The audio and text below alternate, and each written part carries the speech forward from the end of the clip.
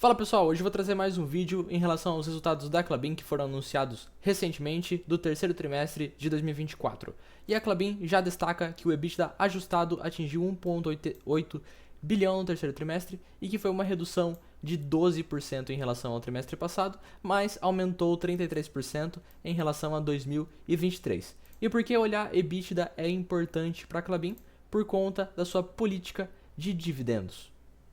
Se a gente olhar o target, ou seja, o objetivo da distribuição de dividendos, a gente teve uma redução, antes era entre 15% e 25% do EBITDA ajustado, e agora a companhia alterou recentemente o seu dividendo para algo entre 10% e 20% do EBITDA.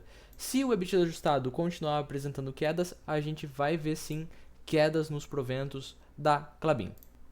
A Klabin fala que distribuiu nos últimos... A Klabin destaca que repassou 1,4 bilhão de reais nos últimos 12 meses até setembro de 2024, representando um yield de 6%. E se a gente puxar o histórico de proventos da Klabin, a gente vê que nos últimos 3 anos o provento caiu um pouquinho, em 2022 chegou no seu ponto mais alto e desde lá está caindo ano após ano. O último provento da Klabin foi na casa de 6 centavos, quase 7, eu vou colocar aqui 7 centavos. 7 centavos, dividido pela cotação atual de 4,42 para a Klabin 4, a gente tem um yield de 1,58%, multiplicado por 4 daria 6,33% ao ano, caso ela repetisse esse mesmo provento para os próximos trimestres. No entanto, esse provento aqui, ele é um JCP e a gente precisa tirar 15%, então, referente ao imposto de renda. Então a gente teria um dividendo na casa de 5, 6 centavos, que na cotação atual daria um yield de 1,32%, multiplicado por 4, a gente teria um yield anualizado de 5,3%, infelizmente ainda não atingindo os 6% que foi comentado. Outras coisas a se destacar foi o crescimento do volume de expedição de papelão ondulado, que alcançou 5,3% na comparação anual. Eles também destacam uma queda no seu custo caixa, que são as despesas da companhia. Aqui a gente pode observar muito bem o custo caixa. Como já foi destacado, o EBITDA ajustado da Klabin foi de 1,8 bilhão, uma queda de 12% na comparação trimestral, que foi anteriormente 2 bilhões, né? No entanto, no ano passado foi 1,3, então acabou tendo aí uma vantagem.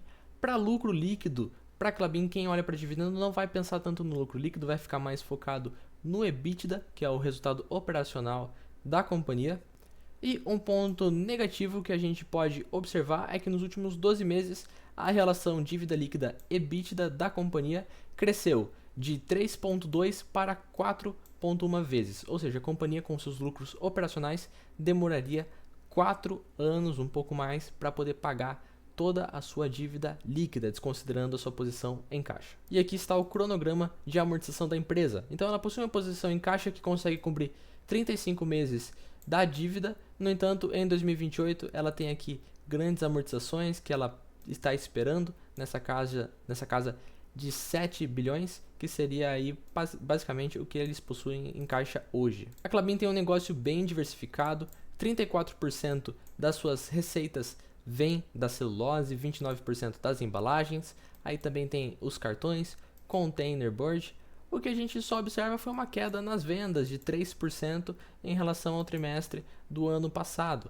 60% das vendas vêm do mercado interno e 40% estão no mercado externo.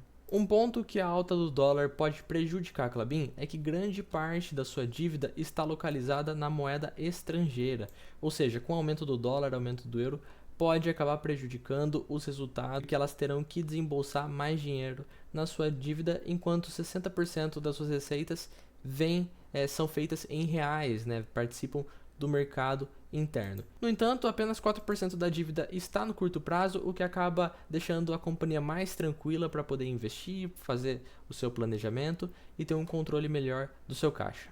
Um indicador que pode mostrar que a empresa talvez não esteja tão barata é o yield do fluxo de caixa livre, né? Que caiu de 17,6% em relação a 2023, os últimos 12 meses finalizando no terceiro trimestre de 2023, caiu de 17,6% para 12,7%, uma piora na sua rentabilidade, no seu fluxo de caixa livre.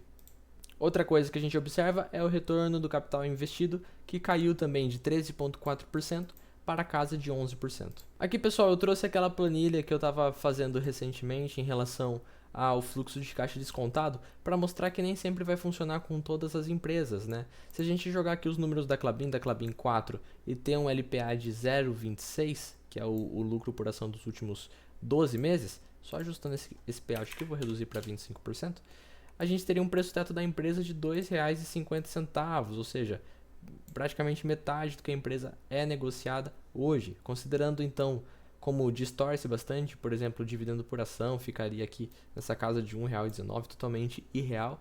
Então só estou trazendo para mostrar que não é só isso que a gente tem que olhar na hora de comprar uma empresa. A gente tem que abrir os múltiplos, entender a receita, entender as perspectivas. Para quem olha para dividendo, entender se está satisfatório ou se a empresa às vezes está negociada a múltiplos muito altos e se tem alternativas mais baratas no mercado.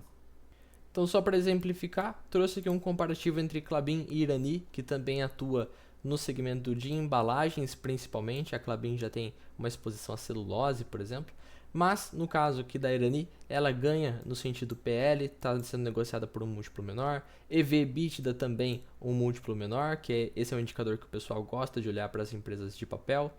Um dividend yield mais atrativo de 7,21%. Margens bem similares, nessa casa de 29%, 28%. Margem bruta também bem parecido. Você vê que algumas margens são bem parecidas por conta do segmento. Só que, no entanto, a Irani tem uma dívida líquida mais controlada do que a Klabin. Até porque o target deles, vamos falar assim, né, o alvo da dívida líquida EBITDA é de 2,5 vezes para poderem distribuir mais proventos. Então a empresa tenta trabalhar embaixo desse múltiplo aqui. No entanto, a Klabin apresenta retornos melhores que a Irani, né? Então um melhor ROI, um melhor ROIC aqui nos últimos 12 meses, tem um maior crescimento das receitas nos últimos 5 anos e a questão dos lucros, a Irani ainda não pode ser avaliada, o investidor 10 ainda não disponibilizou este número. É isso, pessoal, obrigado pelo vídeo de hoje, espero que vocês tenham gostado, se inscreve no canal, até a próxima e tchau!